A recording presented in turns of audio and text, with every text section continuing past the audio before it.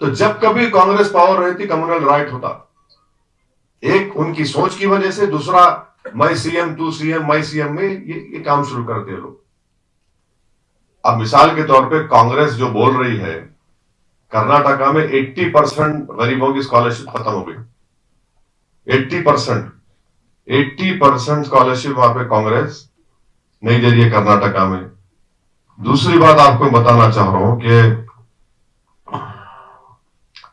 वहां पे और एक बहुत सी चीजें कम कर दी गई हैं। पावर का प्रॉब्लम शुरू हो गया वहां पे, बहुत बड़ा पावर का प्रॉब्लम शुरू हो गया वहां पे।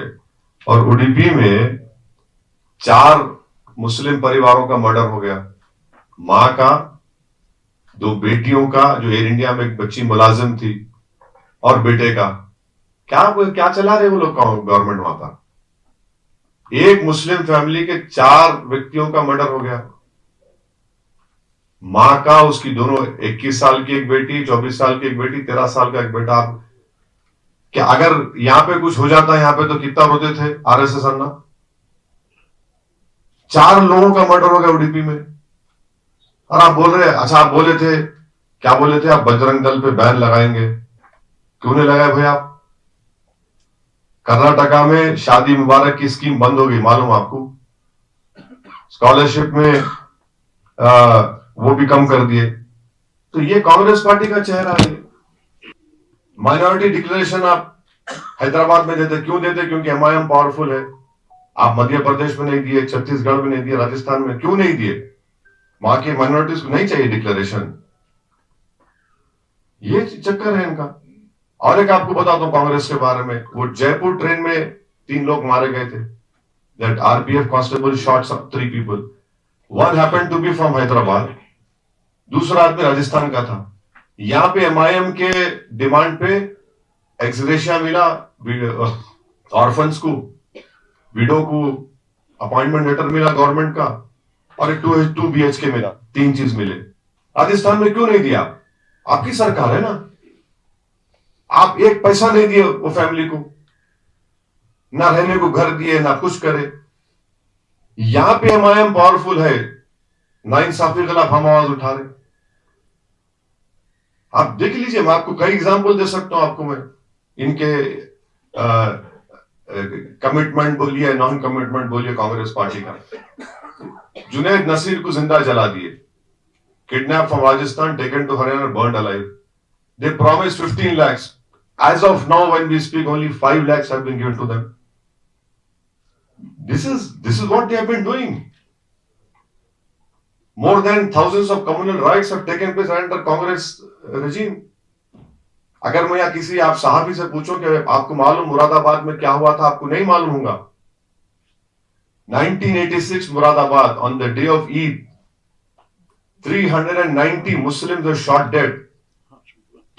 नहीं, हाशिमपुरा नहीं है, मुरादाबाद ईदगाह में हुआ था ये 1986 अगस्त में। ईद के दिन नमाज पढ़ने गए, आप गोली चला दी। मोर देन जलियनवाला बाग। आज तक रिपोर्ट नहीं है, परसों रिपोर्ट आई वो। ये सब आप करें ना, आप ही की सरकार थी। चिन्ना रेड्डी साहब को हटाना था, आप कम्युनल राइट कर दिया हैदराबाद में, हिंदू मुस्लिम मारे गए ओल्ड सिटी में। आपका रिकॉर्ड है ये। चिन्ना रेड्डी साहब को हटाने के लिए कम्युनल राइट किए। पूरा पारदीवाड़े में पारदियां परेशान, मुसलमान परेशान। ये कांग्रेस का रिकॉर्ड रहा है। आपको आपका ये कांग्रेस से इतना नफरत क्यों है कि आप वो पार्टी को उसको छुआछूत मानते हैं? नहीं, नफरत नहीं है। नफरत is it a continuation of Babri Masjid, the anger against Congress over Babri Masjid? No, see, now you talk about, sorry, 1 minute. Babri Masjid. Look at the hypocrisy of Congress party. Kamalnath in Madhya Pradesh says that Rajiv Gandhi was the one who laid the road for the demolition of Babri Masjid and construction of Ram Temple. He opened the lots बोल दी, उसका मतलब वही निकलता। बिल्कुल सही बात है, वो झूठ नहीं है। शिलान्यास तो बूटा सिंह साहब किए। You share power with Uddhav Thackeray, Shiv Sena, वो सेकुलर हो गई। And the tragedy is that Uddhav Thackeray, as the Chief Minister at Maharashtra Assembly, stands up. On his right side is Ashok Rao Chauhan. On his left side is Ajit Pawar, was still in that alliance, and he says that yes, we are proud, we Shiv Sainik demolished Babri Masjid, and not a utter of protest was shown by Congress or by NCP. ये secularism है आपका? आप बताइए कैसा secularism है, बताइए। आप शिवसेना के साथ पावर शेयर कर रहे हैं आप, तो आप ये मत समझ, देखिए उर्दू में कहावत है, बिल्ली जब दूध पीती समझती दुनिया नहीं देख रही। हम देख रहे हैं आपका ये क्रॉस ऑपोर्चुनिज्म है। You are not committed in this fight against fascism and communalism. आप बोलिए ये चीजें हो रही नहीं हो रही? तो आपको ये शिकायत है कि मैं पढ़ के नहीं लड़ा, ये शिकायत है आपको, तो ये शिकायत प्रियंका गांधी को भी है। उनके भाई को दूसरी शिकायत है, ज्यादा लड़ता हूं बोल के। तो ऐसा लग रहा है कि आप भी उस ग्रुप में शामिल हो गए भाई बहन के। रहा सवाल एमआईएम पार्टी जो है तेलंगाना में एक इस्टेब्लिश्ड पॉलिटिकल फोर्स है, नंबर 1। यहां पर हमारी बरसों की मेहनत रही है। तो आपको ये भी, अगर आप ये भी पूछ सकते तो बहुत बेहतर होता कि निजामाबाद में क्यों नहीं लड़ रहे आप?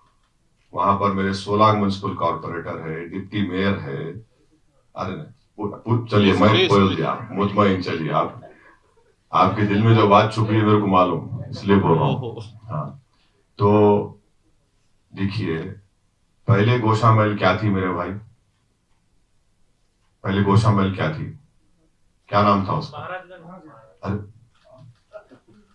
महाराजगंज में कभी लड़ी मंजलिस? नहीं लड़ी।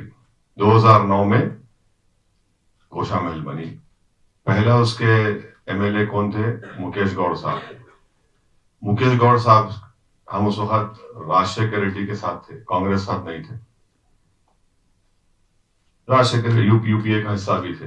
मुकेश गौड़ की मदद करे, मुकेश गौड़ जीत गए।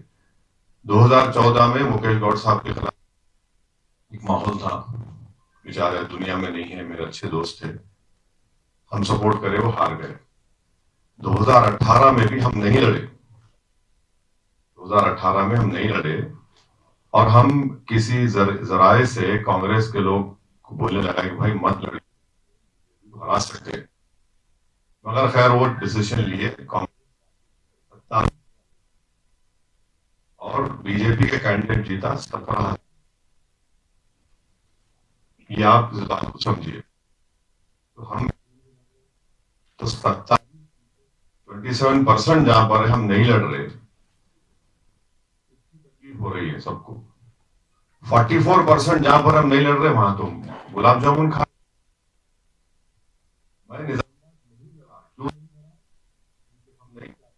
आरएसएस वहां मजबूत होना, जैसा हम नहीं लड़े, लोग जाकर उनसे इज़हार ताज़ियत कर और उनको हराने को आया, वहां जम कर दी निजामाबाद में। और कोई नहीं बोल रहा कि निजामाबाद क्यों लड़ रहे जाके आप, आपके लड़ने से बीजेपी को फायदा हो सकता वहां पे। तो माशाल्लाह से आप, इसका जवाब मेरा यही है। और हम 9 लड़े, इसलिए लड़े क्योंकि हमारे को हमारी पार्टी के मफाद में फैसला लेना है। सही है, मैं अपनी तकारीर में कहा हूं कि निजामाबाद अर्बन पे भी हम लड़ना चाहते थे, पार्टी के लोग करीमनगर टाउन में भी लड़ना चाहते थे, महबूबनगर टाउन में भी लड़ना चाहते थे, मुशीराबाद में भी लड़ना चाहते थे। ऐसे बहुत से असेंबली कॉन्स्टिट्यूंसी, फैसला जब लिया गया तो ये फैसला लिया गया।